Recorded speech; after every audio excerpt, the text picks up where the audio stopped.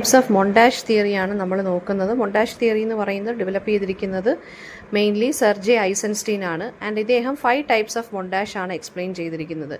First montage metric montage എന്നാണ്. Second one is rhythmic. Third one എന്ന് പറയുന്നത് tonal. Fourth one over tonal. Fifth one is intellectual montage. അപ്പം നമുക്ക് Hollywood മൂവീസിനെയും വെച്ചിട്ട് നോക്കാം, നമുക്ക് പഠിക്കാനുള്ള മൂവീസിനെയും വെച്ചിട്ട് നമുക്കിത് നോക്കാം. അല്ലാതെ നമ്മുടെ മലയാളം മൂവീസിൽ അല്ലെങ്കിൽ തമിഴ് മൂവീസിലൊക്കെ എങ്ങനെയാണ് മൊണ്ടാഷ് ടെക്നിക്കുകൾ യൂസ് ചെയ്തിരിക്കുന്നതെന്ന് കൂടി ഒന്ന് അറിഞ്ഞിരിക്കുന്നത് നല്ലതായിരിക്കും. അപ്പം മെട്രിക് മൊണ്ടാഷ് എന്ന് പറഞ്ഞാൽ ഫസ്റ്റ് ടൈപ്പ് എന്ന് പറയുന്നത് ഓരോ ഷോട്ടിൻ്റെയും ലെങ്ത്തിനെ ബേസ് ചെയ്തിട്ടിരിക്കും. അതായത് അതിനെ നമ്മൾ ടൈം വെച്ചിട്ട് നോക്കിയാൽ മതി നിങ്ങൾ. അപ്പം മെട്രിക് മൊണ്ടാഷ് എന്ന് വെച്ചാൽ ടൈം ബേസ്ഡ് കട്ട്സിനെയാണ് നമ്മൾ മെട്രിക് മൊണ്ടാഷ് എന്ന് പറയുന്നത്.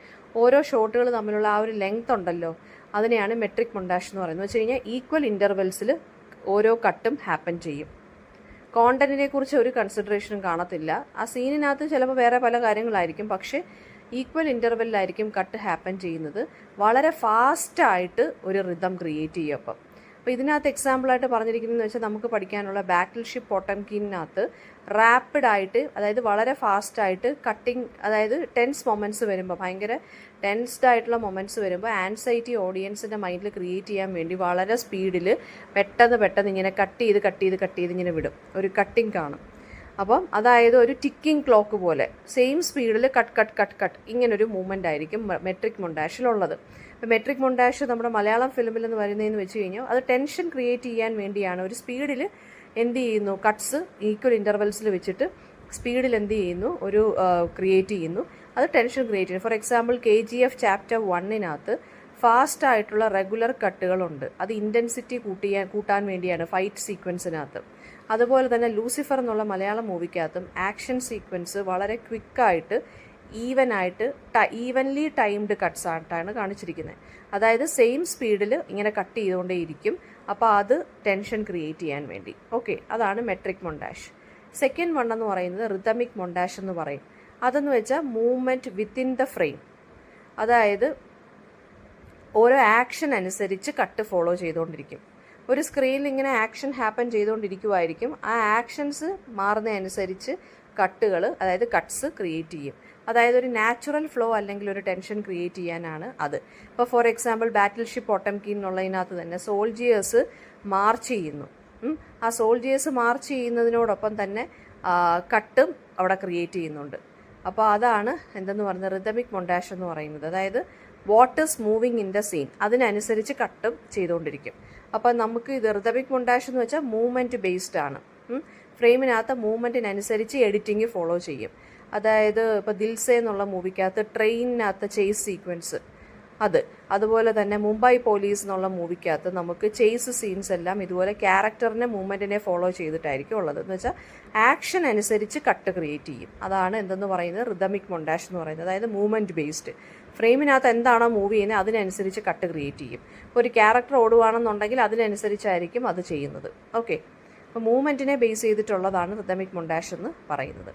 തേർഡ് വൺ എന്ന് പറയുന്നത് ടോണൽ മൊണ്ടാഷ് ആണ്. എന്ന് വെച്ചാൽ നമ്മുടെ ഇമോഷണൽ ടോണിനെ അനുസരിച്ച്, ഇപ്പോൾ ഒരു ഷോട്ടിനകത്ത് മൂഡ് എന്താണ്, ആ ഒരു ഇമോഷൻ്റെ മൂഡ് അനുസരിച്ച് അല്ലെങ്കിൽ ആ ഷോട്ടിൻ്റെ ഇമോഷണൽ ടോൺ അനുസരിച്ചായിരിക്കും ടോണൽ മൊണ്ടാഷ് ക്രിയേറ്റ് ചെയ്യുന്നത്. അത് ലൈറ്റ് വെച്ചിട്ട്, ഷാഡോസ് വെച്ചിട്ട്, എക്സ്പ്രഷൻസ് വെച്ചിട്ടായിരിക്കും ആ ഫീലിംഗ് ക്രിയേറ്റ് ചെയ്യുന്നത്.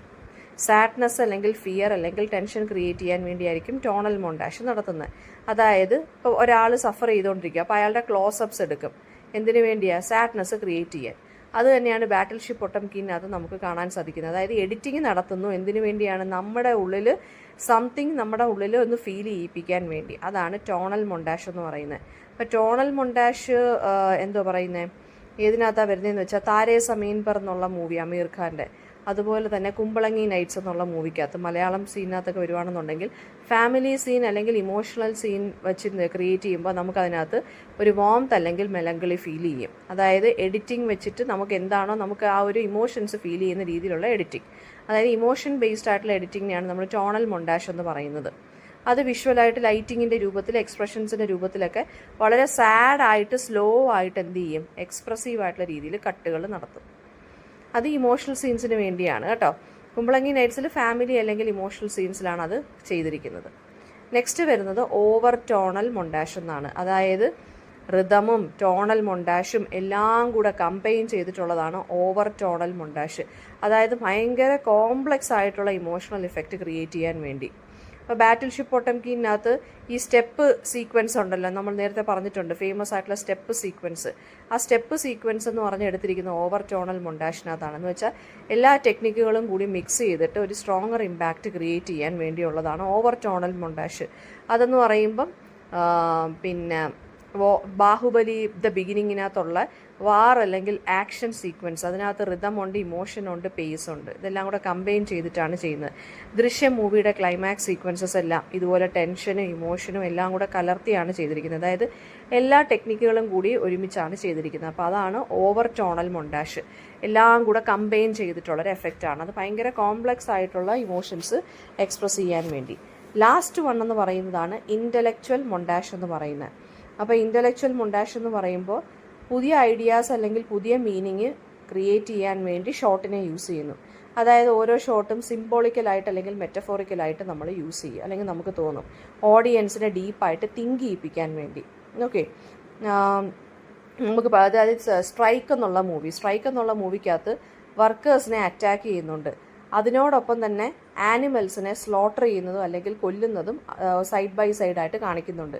അപ്പോൾ അതെന്തിനെയാണ് കാണിക്കുന്നത്? ഒരേ സമയത്ത് ആനിമൽസിനെ കൊല്ലുന്നു, വർക്കേഴ്സിനെ അറ്റാക്ക് ചെയ്യുന്നു എന്ന് വെച്ചാൽ ഇവരുടെ രണ്ടുപേരുടെയും കണ്ടീഷൻ സെയിം ആണ്, സിറ്റുവേഷൻസ് സെയിം ആണ്, അല്ലേ? ഒപ്രഷനെ സൂചിപ്പിക്കുന്നു. അപ്പോൾ ആ രണ്ട് ഇമേജസും കൂടെ ഒരു ഐഡിയയാണ് ഓഡിയൻസിൻ്റെ മൈൻഡിൽ ക്രിയേറ്റ് ചെയ്യുന്നത്.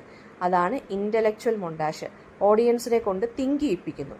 അതായത് ഷോട്ടുകൾ യൂസ് ചെയ്തിട്ട് പുതിയ ഐഡിയാസ് അല്ലെങ്കിൽ മീനിങ് എന്ത് ചെയ്യുന്നു, ക്രിയേറ്റ് ചെയ്യുന്നു. അപ്പം ഇൻ്റലക്ച്വൽ മൊണ്ടാഷ് വരുവാണെന്നുണ്ടെങ്കിൽ നമ്മുടെ മലയാളം സിനിമയിൽ നിങ്ങൾ കണ്ടിട്ടുണ്ടോ എന്ന് അറിയത്തില്ല, ഈമയ്യോ എന്ന് പറഞ്ഞ് ലിജോ ജോസ് പെല്ലിശ്ശേരിയുടെ ഒരു മൂവിക്കകത്ത് ഇതുപോലുള്ള സിംബോളിക് കട്ടുകളുണ്ട്. അതിനകത്ത് ഒരു മരണത്തിനെ കുറിച്ചാണ് പറയുന്നത്. അപ്പോൾ ലൈഫും ഡെത്തും സൊസൈറ്റിയെ റിഫ്ലക്റ്റ് ചെയ്യുന്ന രീതിയിലുള്ള സീനുകളുണ്ട് അല്ലെങ്കിൽ ഷോട്ടുകളുണ്ട്. പിന്നെ അതുപോലെ തന്നെ ഹിന്ദി സിനിമയായിട്ടുള്ള അമീർ ഖാൻ്റെ രംഗ് ദേ ബസന്തി എന്നുള്ള മൂവിക്കകത്ത് സോഷ്യൽ കമൻട്രി സീൻസും ഈ ഇൻ്റലക്ച്വൽ മൊണ്ടാഷിനെ ബേസ് ചെയ്തിട്ടുള്ളതാണ്. ഓക്കെ, അപ്പോൾ അതിനകത്തെന്ന് വെച്ച് കഴിഞ്ഞാൽ പാസ്റ്റ് റെവല്യൂഷണറീസിൻ്റെ കാര്യം, പണ്ടത്തെ വിപ്ലവ നായകന്മാരുടെ കാര്യവും ഇപ്പോഴത്തെ പ്രസൻ്റ് ആയിട്ടുള്ള യങ്ങ ജനറേഷൻ്റെ കാര്യവും കൂടി കാണിക്കാൻ വേണ്ടി, ലിങ്ക് ചെയ്യാൻ വേണ്ടി ഉള്ള സിംബോളിക് സീൻസ് ഒക്കെ അതിനകത്തും ഉണ്ട്. അപ്പോൾ ഇൻ്റലക്ച്വൽ മൊണ്ടാഷ് എന്ന് വെച്ചാൽ ഡീപ്പർ മീനിങ് അല്ലെങ്കിൽ മെസ്സേജ് അല്ലെങ്കിൽ ഓഡിയൻസിനെ കൊണ്ട് ഇൻ്റലക്ച്വലി തിങ്ക് ചെയ്യിപ്പിക്കാനുള്ള സിംബോളിക്കലായിട്ട് അല്ലെങ്കിൽ മെറ്റഫോറിക്കലായിട്ട് ക്രിയേറ്റ് ചെയ്യുന്ന സീൻ അല്ലെങ്കിൽ ഷോട്ടുകൾ, അതാണ് ഇൻ്റലക്ച്വൽ മൊണ്ടാഷ് എന്ന് പറയുന്നത്. ഓക്കെ, അപ്പോൾ ഇത്രയാണ് നമ്മുടെ 5 ടൈപ്സ് ഓഫ് മൊണ്ടാഷസ് എന്ന് മൊണ്ടാഷ് തിയറിയിലെ 5 ടൈപ്സ് എന്ന് പറയുന്നത് ഇത്രയാണ്. അപ്പോൾ ചുരുക്കത്തിൽ പറയുകയാണെന്നുണ്ടെങ്കിൽ മെട്രിക് മൊണ്ടാഷ് എന്ന് വെച്ചാൽ ടൈമിനനുസരിച്ച് കട്ട് ചെയ്യുന്നു. റിതമിക് എന്ന് വെച്ചാൽ ആ ഷോട്ടിനകത്ത് ഓരോ ക്യാരക്ടേഴ്സിൻ്റെ അല്ലെങ്കിൽ എന്തെങ്കിലും ഒബ്ജക്ട്സിൻ്റെ മൂവ്മെൻറ്റിനെ ബേസ് ചെയ്ത് കട്ട് ചെയ്യുന്നു. ടോണൽ എന്ന് വെച്ചാൽ ഇമോഷൻസ് ക്രിയേറ്റ് ചെയ്യാൻ വേണ്ടി. ഓവർ ടോണൽ എന്ന് വെച്ചാൽ ഇതിനെ എല്ലാം കൂടെ കമ്പൈൻ ചെയ്തൊരു ഡീപ്പർ എഫക്റ്റ് ക്രിയേറ്റ് ചെയ്യാൻ വേണ്ടി. ഇൻ്റലക്ച്വൽ എന്ന് വെച്ചാൽ എന്താ? ഐഡിയ ബേസ്ഡ് അല്ലെങ്കിൽ ഓഡിയൻസിനെ കൊണ്ട് ചിന്തിപ്പിക്കുന്ന രീതിയാണ് ഇൻ്റലക്ച്വൽ ബേസ്ഡ് എന്ന് പറയുന്നത്. ഇതിന് നോട്ട് വേണം എന്നുണ്ടെങ്കിൽ എൻ്റെ അടുത്ത് ചോദിക്കുക കേട്ടോ, എക്സാമ്പിൾ സഹിതമുള്ള നോട്ട്. അതായത് ഞാനിപ്പോൾ പറഞ്ഞ മലയാളം ആൻഡ് ബോത്ത് നമുക്ക് പഠിക്കാനുള്ള ഫിലിംസിനകത്തു നിന്നുള്ള എക്സാമ്പിൾ വെച്ചിട്ടുള്ള ഇപ്പോഴത്തെ ഈ ഒരു നോട്ട് എക്സ്പ്ലെയിൻ ചെയ്തതിൻ്റെ വേണം എന്നുണ്ടെങ്കിൽ കമൻറ്റ് ചെയ്താൽ മതി.